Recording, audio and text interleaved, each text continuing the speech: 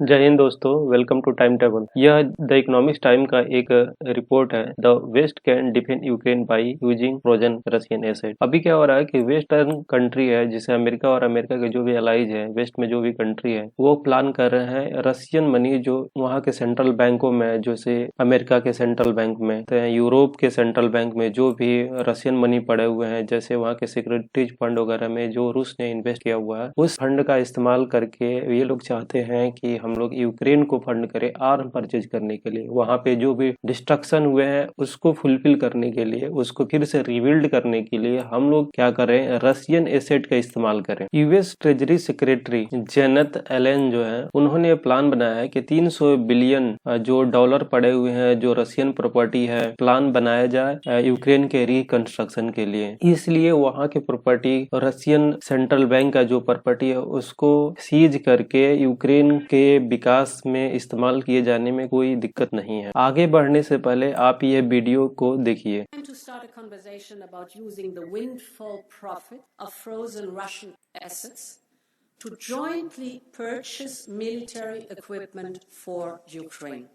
There could be no stronger symbol and no greater use for that money than to make Ukraine and all of Europe a safer. इस video में आप देख रहे होंगे कि European union के जो चीफ हैं, उन्होंने कहा स्पष्ट, आपने सुना है कि अगर हम लोग यूएस और वेस्टर्न कंट्री मिल के यदि रशियन मनी का इस्तेमाल करें यूक्रेन के रीबिल्ड के लिए, तो ये एक बेहतर प्लान होगा। जहां तक बात कर रशियन एसेट का, तो रशियन एसेट लगभग 324 बिलियन, अलग अलग एजेंसी का अलग अलग दावा है। कुछ का कहना है 324, कुछ का कहना है 350 बिलियन, कुछ का 300 बिलियन मानते हैं। तो रफली ये एक फिगर है जो US, Canada, UK, European union वगैरह में रशियन सेंट्रल बैंक ने क्या किया, वहाँ पे अपना एसेट को इन्वेस्ट किया हुआ है, वहाँ के गवर्नमेंट सिक्योरिटीज में या फिर और किसी स्कीम में। तो आप देख रहे हैं कि Canada, US, UK, European union, Japan, Singapore, Australia वगैरह ऐसे सारे कंट्री में रशियन सेंट्रल बैंक ने अपने एसेट को वहाँ पे इन्वेस्ट किया हुआ एक अच्छे रिटर्न के लिए। रूस ने जब 24 पर 2022 को यूक्रेन पर अटैक किया था, तभी वेस्टर्न कंट्री और उसके जो भी एलाइज अमेरिका वगैरह है, उन्होंने लगभग 300 बिलियन रशियन गवर्नमेंट एसेट को उन्होंने सीज कर दिया हुआ था। सिर्फ बेल्जियम में अगर देखे तो 197 बिलियन यूरोज की कंपनी है यूरो क्लियर, जिससे लगभग 3 बिलियन का इंटरेस्ट जनरेट होता है। इसको भी क्या हुआ कि बेल्जियन गवर्नमेंट ने सीज किया हुआ था। आगे बढ़ने से पहले हम कुछ कंट्री को देख लेते हैं जो आगे जिक्र होने वाला है, उन कंट्री का लोकेशन क्या है। जैसे रूस आपका ये हो गया। बेल्जियम यहाँ पे पड़ता है दोस्तों, बेल्जियम यहाँ पे पड़ता है। बेल्जियम के अगल बगल में जर्मनी है, फ्रांस है, ऑस्ट्रेलिया है। ये रहा बेल्जियम हो गया। ये रहा पोलैंड, ये जर्मनी हो गया। ये आपका हंगेरी कंट्री हो गया, इसका भी जिक्र होने वाला है आगे। ये आपका लंदन, यूनाइटेड किंगडम हो गया। तो इन सारी कंट्री का लोकेशन हम लोग देख लेते हैं ताकि आगे चीजों को समझने में आसानी हो। बेल्जियम का राजधानी हो गया ब्रुसेल्स। तो अगर बेल्जियम की जगह पर जब मैं ब्रुसेल्स कहूंगा, कंफ्यूज नहीं होना है। जब रूस ने यूक्रेन पर हमला किया और वेस्टर्न कंट्री ने बहुत तरह के सैंक्शन की इम्पोज किया, बेल्जियम ने भी एक कंपनी के पर बहुत सारे सैंक्शन लगाए, उसके बावजूद भी रूस में एक्शन में कोई परिवर्तन नहीं दिखाई दिया और न ही उसका कोई डिमांड था, एक्सेप्ट कि वह यूक्रेन के टेरिटरी को एनेक्स करना चाहता था। और अभी भी रूस की तरफ से कोई डिमांड नहीं है। रूस बस किसी तरह यूक्रेन पे हमला किए जा रहा है और कोई उसने अपनी स्पष्ट डिमांड भी नहीं रखे हुए हैं। इसलिए क्या है कि British foreign secretary David Cameron ने स्पष्टली पब्लिकली ये बात कही है कि जो भी रशियन प्रॉपर्टी जो है ना, रशियन प्रॉपर्टी जो वेस्टर्न कंट्रीज में है, जिसका वैल्यू लगाया जा रहा है लगभग 350 बिलियन के आसपास में है, उसे जो भी प्रॉपर्टी या फिर इंटरेस्ट जनरेट हो रहे हैं, उसका इस्तेमाल हम लोग रूस के द्वारा जो भी यूक्रेन में हमला हुए हैं और जो भी डिस्ट्रक्शन हुए हैं उसको रीबिल्ड करने में और यूक्रेन के लिए आर्म परचेज करने में, ताकि वो अपना डिफेंड कर सके, उसके लिए इस्तेमाल किया जाए रशियन फ्रोजन मनी। अभी क्या है कि 2022 में वाशिंगटन इस बात पे थोड़ा सा कंफ्यूज था, क्या किया जाए क्या नहीं किया जाए, क्या यह स्टेप लेना सही होगा कि नहीं होगा। लेकिन अभी वाशिंगटन भी क्लियर है अपने मतलब व्यूज में कि हाँ, रशियन प्रॉपर्टी को इस्तेमाल किया जाए। इसका कारण है कि 2024 में यूएस में होने वाला है इलेक्शन, वहाँ पे चाहिए फंड, वहाँ पे ऐसे ही अमेरिका का बहुत ज्यादा खर्च होने वाला है इलेक्शन के दौरान। तो ये कारण है कि अमेरिका ने भी इस प्लान में हामी भर दिया हुआ। लेकिन बहुत सारे ऐसे भी कंट्री है जो मतलब इस प्लान के खिलाफ है, उसको आगे हम लोग देखेंगे। अभी तक जो कंट्री है बेल्जियम का मैंने लोकेशन भी दिखाया था। ये रहा बेल्जियम। तो बेल्जियम के द्वारा क्या हुआ कि जो भी रूस की प्रॉपर्टी है उसे जो इंटरेस्ट जनरेट हो रहा है उसका इस्तेमाल क्या किया जा रहा है, यूक्रेन में किया जा रहा है। वहाँ के जो भी डैमेजेज हुआ है उसको रीबिल्ड करने में हो रहा है बेल्जियम में भी। लेकिन अभी खुल के वो सामने नहीं आना चाहता, लेकिन बेल्जियम और वाशिंगटन दोनों ही चाहता है कि किसी भी तरह यूक्रेन को फंड मिले ताकि वह रसिया मिलिट्री से अपने आप को डिफेंड कर सके। लेकिन हंगेरियन प्राइम मिनिस्टर क्या है कि इस प्लान के वो मतलब अभी कंफ्यूज है, वो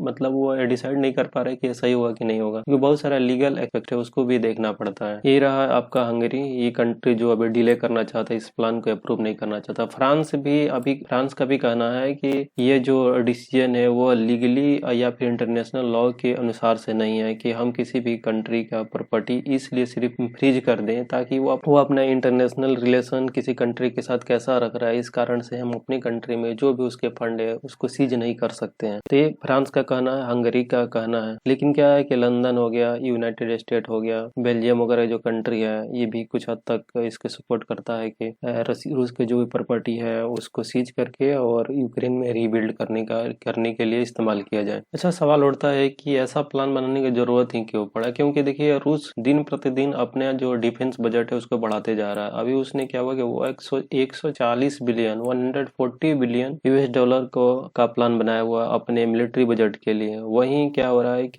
इसमें क्या हो रहा है कि यूक्रेन काफी पीछे चल रहा है। इसलिए क्या हो रहा है कि जितने भी यूक्रेन के जो अलाई कंट्री हैं जो उसके सपोर्ट करते हैं यूक्रेन को, वो चाहते हैं कि इसको भी फंड मिले। और फंड क्या है कि इतना आसान नहीं होता है फंड को रेज कर पाना। इसलिए इस प्लान को क्या हो रहा है कि यूएस और यूएस के जो भी अलाई कंट्री है, यूरोपियन कंट्री है, वो इस प्लान को अप्रूव करना चाहते हैं। लेकिन बहुत सारे लीगल एक्सपेक्ट है, इस कारण से वो लोग ऐसा कर नहीं पा रहे हैं। इस प्लान के बहुत सारे अपोनेंट्स भी हैं, मतलब वो नहीं चाहते हैं कि वो ये प्लान अप्रूव हो पाए, क्योंकि बहुत सारे इससे क्या होगा कि जो इंटरनेशनल लॉ का वायलेशन होगा, ग्लोबल रूल बेस्ड जो ऑर्डर है उसमें क्या होगा कि डिस्टरबेंस होगा। और ये सही भी नहीं है कि कोई कंट्री अपना फॉरेन रिलेशन किसी कंट्री के साथ कैसा रख रहा है ये आपको पसंद नहीं आया इसलिए आप उसके एसेट को फ्रीज कर दें, पहले तो यही गलत है। दूसरा, अब उस फ्रीज प्रॉपर्टी का इस्तेमाल करें हम उस कंट्री के लिए जिसके साथ आपका रिलेशन सही है या रूस का रिलेशन उसके साथ सही नहीं है। जैसे यूक्रेन को ये लोग सपोर्ट करना चाहते हैं इस प्रॉपर्टी का इस्तेमाल करके, तो ये सही नहीं है। तो जो भी मतलब स्कॉलर्स हैं वो इसके खिलाफ हैं, मतलब ये सही नहीं है। हाँ, जो रूस ने हमला किया वो मतलब ह्यूमैनिटी के खिलाफ है, लेकिन ये भी क्या है ना कि ग्लोबल रूल के खिलाफ है। आप उसके रूस की प्रॉपर्टी का इस्तेमाल करें या फिर उसकी प्रॉपर्टी का इस्तेमाल करके आप यूक्रेन को ये फंड प्रोवाइड कराएं। अदर्स जो कारण हो सकते हैं जिसके कारण बहुत सारे जो ओपोनेंट है वो ये कारण दे रहे हैं कि अगर हम लोग ये स्टेप लेंगे तो क्या हुआ है कि दुनिया का जो रुझान है यूएस डॉलर के प्रति वो घटेगा। वो नहीं चाहेंगे कि हम लोग यूएस डॉलर का इस्तेमाल करें, क्योंकि कभी भी क्या हो रहा है कि यूएस को यदि किसी कंट्री का स्टेप पसंद नहीं है, उसने जो एक्शन लिया अपने कंट्री के हित में अपनी कंट्री को डिफेंड करने के लिए, तो क्या होगा कि अब यूएस जब चाह रहा है तब सैंक्शन ला दे रहा है। और अगर ये एक्शन अप्रूव हो गया, अभी इसमें क्या है कि यूएन सिक्योरिटी का कोई इसमें हाथ नहीं है, ये सिर्फ और सिर्फ यूएस और क्या कहते हैं उसके अलाइड कंट्री ही चाह रहे हैं। यूनाइटेड सिक्योरिटी काउंसिल में ऐसा कोई डिसीजन या बिल पास नहीं हुआ है, इसलिए ये डर है कि अदर कंट्री क्या सोचेंगे कि यूएस सिर्फ अपना मनमानी कर रहा है। और आप देख चुके हैं कि जब ब्रिक्स का एक सम्मेलन होता था, पुतिन ने इसी डर के कारण ओपनली कहा था कि हमें क्या है ना कि यूएस डॉलर का एक अल्टरनेट खोजना चाहिए, जिसमें बहुत सारे क्या हुआ कि ब्रिक्स कंट्री ने सपोर्ट किया हुआ था। लेकिन उसमें कुछ कंट्री ने इसलिए सपोर्ट नहीं किया, इसलिए मतलब डिवाइडेड नजर आए, क्योंकि उन्हें डर था कि अभी तो हम लोग सपोर्ट कर देंगे, लेकिन क्या है कि मतलब हो सकता है कि इन फ्यूचर यूएस गवर्नमेंट उस पर कोई एक्शन ले या फिर यूएस डॉलर का इस्तेमाल करने से उनको बैन कर दिया जाए। इस कारण से वो हेजिटेट थे। लेकिन फिर भी क्या है कि यूएस का जो अभी जो रवैया है ना, यूएस और उसके अलाइज कंट्रीज का, जो भी वेस्टर्न कंट्रीज है उनका अभी जो रवैया है, इस कारण से क्या हो रहा था कि जो ब्रिक्स का समिट के समय बहुत सारे कंट्री ने इसको सपोर्ट किया कि हाँ जो पुतिन जो कह रहे हैं वो सही है, हमें क्या है ना कि डॉलर का एक अल्टरनेट खोजना चाहिए। अब एक सवाल उठता है कि ब्रिक्स क्या है, तो हम लोग देख लेते हैं। ब्रिक्स जो है ना एक्रोनिम है इन कंट्री का, जैसे Brazil, Russia, China, South Africa. B से ब्राजील हो गया, आर से रशिया हो गया, आई से इंडिया हो गया, सी से चाइना हो गया। तो इन कंट्री का एक इकोनॉमिक ग्रुप है, उसको हम लोग ब्रिक्स कहते हैं। 2001 में क्या हुआ था, ब्रिटिश इकोनॉमिस्ट हैं जिम ओ नील, जिन्होंने कॉइन किया था, ब्रिक्स नाम दिया था इन कंट्री के इकोनॉमिक ग्रुप के लिए। और फॉर्मलाइज इस ग्रुप को किया गया था 2006 में, कि फॉर्मली मतलब लीगल रूप से सामने आया था 2006 में। साउथ अफ्रीका इस ग्रुप को ज्वाइन किया था 2010 में। पहले क्या था,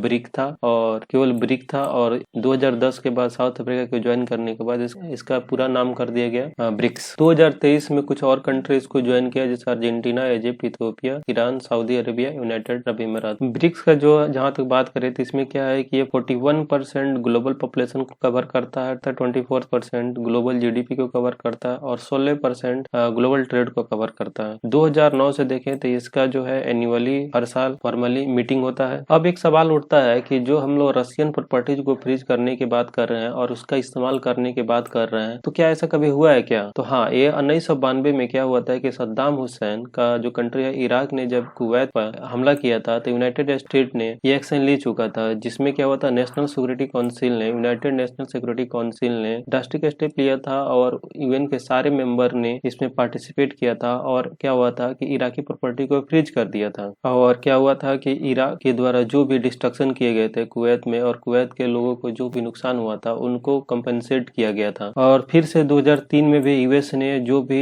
इराक का प्रॉपर्टी अमेरिका में पड़ा हुआ था, जिसका वैल्यूएशन लगभग 1.7 बिलियन इराकी मनी था, उसको क्या किया गया था कि अमेरिका ने उसको फ्रीज किया था और उसको क्या हुआ था कि कुवैत के रीडेवलपमेंट में इन्वेस्ट किया था। लेकिन क्या है कि जो 1992 का स्थिति था वह बिल्कुल अलग था, अभी की स्थिति से बिल्कुल अलग था। उस समय क्या था, यूनाइटेड नेशन सिक्योरिटी काउंसिल ने इसको अप्रूव किया था, उसको लेजिटिमेसी दिया हुआ था। और दूसरा था कि 2003 में यूएस इराक के साथ डायरेक्ट वार में था। लेकिन अभी क्या है कि रूस के साथ अमेरिका डायरेक्ट वार में नहीं है, ना ही कोई यूरोपियन कंट्री इसमें पार्टिसिपेट किया हुआ है रूस के साथ वार में, डायरेक्ट वार में नहीं है। हाँ, फंड वगैरह भले दे रहे हैं। तो ये भी एक चैलेंज है कि आपके साथ रूस डायरेक्ट क्या है कि वार में नहीं है, फिर भी आप उसकी प्रॉपर्टी को आप फ्रीज कर रहे हैं, उसका इस्तेमाल करिएगा यूक्रेन को फंड करने में, तो ये सही नहीं है। हम लोग एक बार देख लेते हैं कि इराक का लोकेशन क्या था उस समय। तो अभी क्या है कि इराक, ये आपका इराक हो गया, ये कुवैत हो गया और इराक के बगल में ईरान हो गया, ये बगल में ही कंट्री था कुवैत। तो उस समय क्या हुआ था, इराक ने कुवैत पर हमला कर दिया था और इसके बचाव में आया था अमेरिका। फाइनली क्या हुआ था कि इराक इस कंट्री में क्या हुआ था, डिफीट हुआ था। इसके बगल में ये कंट्री हो गया आपका ईरान, सीरिया। कुवैत के बगल में आपको दिख रहे हैं कि ये पर्शियन गल्फ हो गया। इसके बगल में आप ईरान देख रहे हैं, ये सऊदी अरेबिया हो गया। ये आपका लोकेशन हो गया। अब हम लोग देख लेते हैं कौन कौन से कंट्री है जो इसके फेवर में नहीं है। जैसे फ्रांस का कहना है कि अभी इसका कोई लीगल एस्पेक्ट नहीं है, जैसे ये इंटरनेशनल लॉ को मतलब फॉलो नहीं करेगा। यूरोप में ही कुछ ऐसे कंट्री हैं जो इस नियम के या फिर इस प्रपोजल के खिलाफ में, जिसमें से कुछ कंट्री से फ्रांस हो गया, बेल्जियम भी कुछ हद तक इसको क्या करना, डिले करना चाहता है, इस पे मतलब थोड़ा सा विचार करना चाहता है। फिर से यहाँ पे हंगरी हो गया, कि हंगरी भी नहीं चाहता है कि इसको तुरंत मतलब इम्प्लीमेंट कर दिया जाए, क्योंकि बहुत सारे लीगल एस्पेक्ट हैं। जैसे अभी मैंने आपको बताया कि यूनाइटेड नेशन सिक्योरिटी काउंसिल के द्वारा इसको पास नहीं किया गया और ना ही रूस ने इस पे डायरेक्ट हमला किया हुआ है, ना फ्रांस पे हमला किया हुआ है। तो इस कारण से क्या है कि ये सारे कंट्री थोड़ा विचार कर रहे हैं और इनको, इन कंट्री को ये भी डर है कल को मान लीजिए कि यूएस के साथ इनका रिलेशन सही नहीं है, कल तो इनके ऊपर भी ये इस तरह के नियम लागू हो सकते हैं। इनका प्रॉपर्टी जो भी फॉरेन में है उसको क्या करेगा, फॉरेन कंट्री क्या करेगा, उसको सीज कर देगा। जैसे अमेरिका में प्रॉपर्टी, अमेरिका के साथ रिलेशन सही नहीं तो वहाँ के प्रॉपर्टी को फ्रीज कर देगा। दूसरा कारण ये भी आप देख लीजिए कि ये जो प्रॉपर्टी होगा ये तो पुतिन की प्रॉपर्टी है नहीं, वहाँ के लोगों का प्रॉपर्टी होगा। अब उनका कोई गलती नहीं है कि रूस ने इस पे हमला किया हुआ है। बहुत सारे लोग होंगे जो रूस के इस फैसले से खुश नहीं होंगे, फिर भी उनको ये पनिशमेंट क्यों मिले। इसलिए भी इन सारी कंट्री मतलब ये चाहता है कि इस पॉलिसी को इतना जल्दी इम्प्लीमेंट ना किया जाए। और कारण देखिएगा तो इसमें से एक और कारण है कि अगर ये प्रपोजल पूरी तरह पास हो जाता है, अगर ये कंट्री इसको मतलब फॉलो कर लेती है, तो इससे क्या होगा कि जो भी अदर कंट्री है वो नहीं चाहेंगे कि वेस्टर्न कंट्री के बैंक में इस तरह का अपना फंड को इन्वेस्ट करें। तो ये भी एक इनके लिए सही नहीं होगा। अगर आगे कोई नया डेवलपमेंट होता है तो उससे रिलेटेड जो भी इन्फॉर्मेशन होगा उसको इस चैनल पे शेयर किया जाएगा। उम्मीद करता हूँ कि इन्फॉर्मेशन आपको अच्छी लगी होगी और आपसे एक रिक्वेस्ट है कि यदि इन्फॉर्मेशन अच्छी लग रही है तो चैनल को सब्सक्राइब कीजिए और अपने दोस्तों के बीच में इसको शेयर कीजिए, लाइक कीजिए। Thank you. जय हिंद।